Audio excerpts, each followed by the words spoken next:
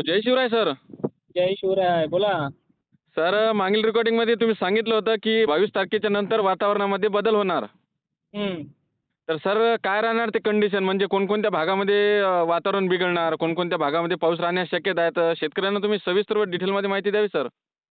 नक्कीच. 21 आणि 22 तारखेपासून जे काही वातावरणात बदल होणार आहे, त्याच्यामध्ये खान्देश सर्वप्रथम आहे. हो. पश्चिम महाराष्ट्र सुद्धा आहे आणि त्याचबरोबर मराठवाडा आणि विदर्भ हां. 21, 22, 23 हे 3 दिवस वातावरण ढगाळलेलं असणार आहे. हां, हां. त्याच्यामध्ये आता इतरांनी काहीतरी गारपीट वगैरे सांगितली, पण तसं काही सत्यता त्याच्यामध्ये दिसत नाही. हो. त्याच्यामध्ये ढगाळलेलं वातावरण आणि हलक्या वातावरणाची सर आहे त्याच्यामध्ये. धुळे हां. जिल्हा, छत्रपती संभाजीनगर, नाशिक, अहिल्यानगर, हं. पुणेसह अनेक भागांचा समावेश आहे त्याच्यामध्ये. हां, हां. हां. आणि जो काही वाशिम वगैरे भाग आहे विदर्भाचा, इकडे हो. सुद्धा पण असा मोठा काही पाऊस याच्यामध्ये नाही. घाबरण्यासारखी कंडिशन काही नाही याच्यामध्ये. हो का? हं. म्हणजे शेतकऱ्यांना काही घाबरायचं काम नाही. म्हणजे जे 22 तारखेपासून समोरचं जे वातावरण बिघडणार, म्हणजे त्याच्यामध्ये शेतकऱ्यांना असं काही घाबरायजोगतं काही काम नाही. कुठलंच नाही, कुठलंच असं मोठं सिस्टम नाही पण ढगाळलेलं वातावरण खूप आहे. हां. त्यामध्ये वातावरणामध्ये असा हलका गारवा सुद्धा आहे, पण एवढं काही असं थंडी पण नाहीये. हो. हां, नुसतं धुळी-धुराळी असे हां. सगळे प्रकार पाहायला मिळते त्याच्यामध्ये. हो. आणि सर, इतर तज्ञाच्या माध्यमातून तर असं सांगण्यात येत आहे की 21 तारखेच्या नंतर गारपिटीची बी शक्यता आहे किंवा WD सक्रिय होणार आहे, असं बातम्या सांगण्यात येत आहे सर.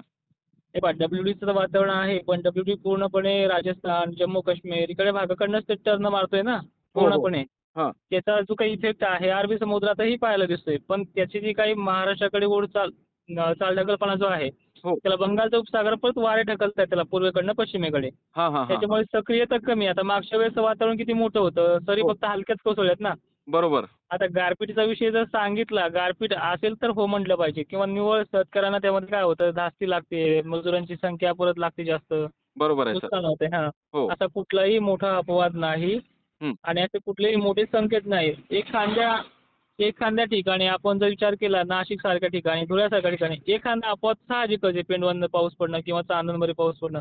हो. पण 2-4 ठिकाणी होणाऱ्या गोष्टीचा पूर्ण महाराष्ट्राला घाबरून टाकणं ही देखील मोठी चुकीची गोष्ट आहे. बरोबर आहे सर. हं. आणि सर, आता समजा बऱ्याच शेतकऱ्यांची तूर काढणी चालू आहे. तर ते शेतकरी आपल्याला विचारत होते, मग आता तूर आम्ही काढणी करावी का थोडं थांबायला पाहिजे? मग कारण की काही शेतकऱ्यांच्या सध्या वल्ल्याच आहे तुरी.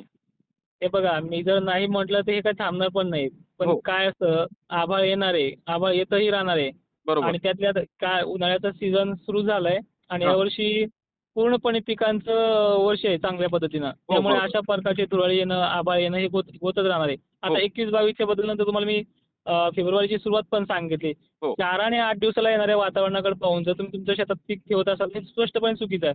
ठेवू नका, बरोबर. काढणं सुरू ठेवा तुमचं. बरोबर आहे सर. हं. आणि आणि सर मग 4-2 शेतकऱ्यांना काहीही नुकसान होत नाही. हो, हो. बरोबर आहे. आणि हं. सर, फेब्रुवारीची सुरुवात कशी राहणार समजा मग?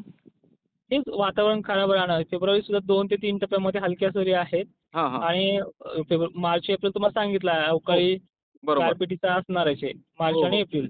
थोडं हां, लांब मग आहे पण आहेच. हो, हो. बरोबर आहे सर. हं. समजा आपल्याला मग फेब्रुवारीमध्ये बी सुद्धा ढगाळ वातावरण, पावसाच्या सरी एखाद्या दुसऱ्या ठिकाणी पाहायला मिळेल.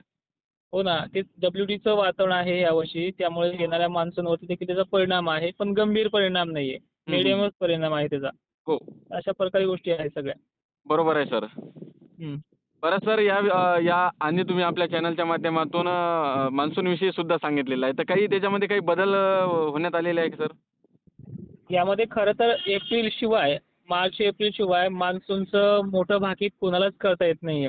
हो. आता त्याचं भाकीत करणं म्हणजे पुढील वर्षीच्या मान्सूनचे 100% अंदाज न येणं अशा गोष्टी आहेत. आता बरोबर. मान्सूनबद्दल थोडक्यात सांगतो. आज जरी मॉडेल चेक केलं तर न्यूट्रल कंडिशन दाखवतंय.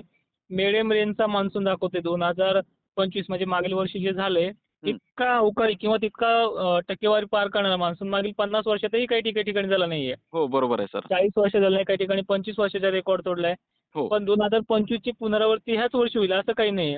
हां, हां. सरासरीपेक्षा कमी याचा अर्थ प्युअर दुष्काळ नाहीये आणि दुष्काळ ही तुम्ही जे म्हणताय वारंवार दुष्काळ आहे वगैरे वगैरे गोष्टी. दुष्काळ हो. या शब्दाचा अर्थ समजतो का मला पहिली गोष्ट? दुष्काळ म्हणजे केवळ पेरण्या थांबणं, पेरण्या नसणं. 2023ला अल निनो होता आणि तो जास्त पण होता. बरोबर. त्यावर्षी पाणी कमी होतं. हो. पावसाळाही कमी होता. पण त्याला दुष्काळ म्हणता येत नाही ना. बरोबर, बरोबर आहे सर. दुष्काळ फक्त 1972ला येऊन गेलाय. हो. 1972 नंतर परत आता मागील या 2000च्या सीरियलमध्ये 2 या वर्षामध्ये सुद्धा 11-12ला पाऊस कमी होता. पण दुष्काळ नावाची चीज नव्हती. बरोबर. हा मान्सून कुठल्यातरी जिल्ह्याला कमी पडणं, तिथे पाण्याची टंचाई करणं, ह्या गोष्टी होतात.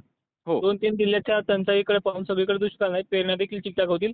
आणि 2025 मध्ये तरी काय हाल झाले हेच, की पेरण्याच्या वेळेस माल करपणं, हं, काही हं. ठिकाणी दुबारपेरणी संकट येणं, हे दरवर्षी घडतं. ज्या हां. ठिकाणी ओला दुष्काळ झालाय ना, त्या साली सुद्धा माल करपतात, असं काही नाही. बरोबर. बरोबर आणि आहे सर. आपण 2025 टक्केवारी 93 काढली होती. हो. त्यावर्षी ती 83च्या आसपास निघाली, म्हणजे 10% फरक आहे फक्त. बरोबर आहे. हं. आता सर आपण तुम्ही सांगितलं की बुवा फेब्रुवारीमध्ये बी आपल्याला सुद्धा ढगाळ वातावरण पाहायला मिळेल. तर सर आता बरेच शेतकरी आपल्याला असे कमेंट करणार की सर थंडी कशी राहणार मग फेब्रुवारीमध्ये? थंडी आता मीडियममध्ये राहणार आहे. पहिल्या डिसेंबर पूर्णपणे थंडी क्लिअर गेली आहे. हं. जानेवारी 8 दिवस अशी, 6-7 दिवस अशी, अशा पद्धतीने ते चाललंय. हो. सेम कंडिशन फेब्रुवारीमध्ये पण आहे. पण हो, हो. आभाळाची संख्या फेब्रुवारीला रेकॉर्ड ब्रेक आहे. हो, हो. बरोबर आहे सर. हो. तर ओके. चालेल धन्यवाद दादा. सर. तुम्ही हो, शेतकऱ्यांना एक महत्त्वपूर्ण आणि डिटेलमध्ये माहिती दिल्याबद्दल. नक्कीच.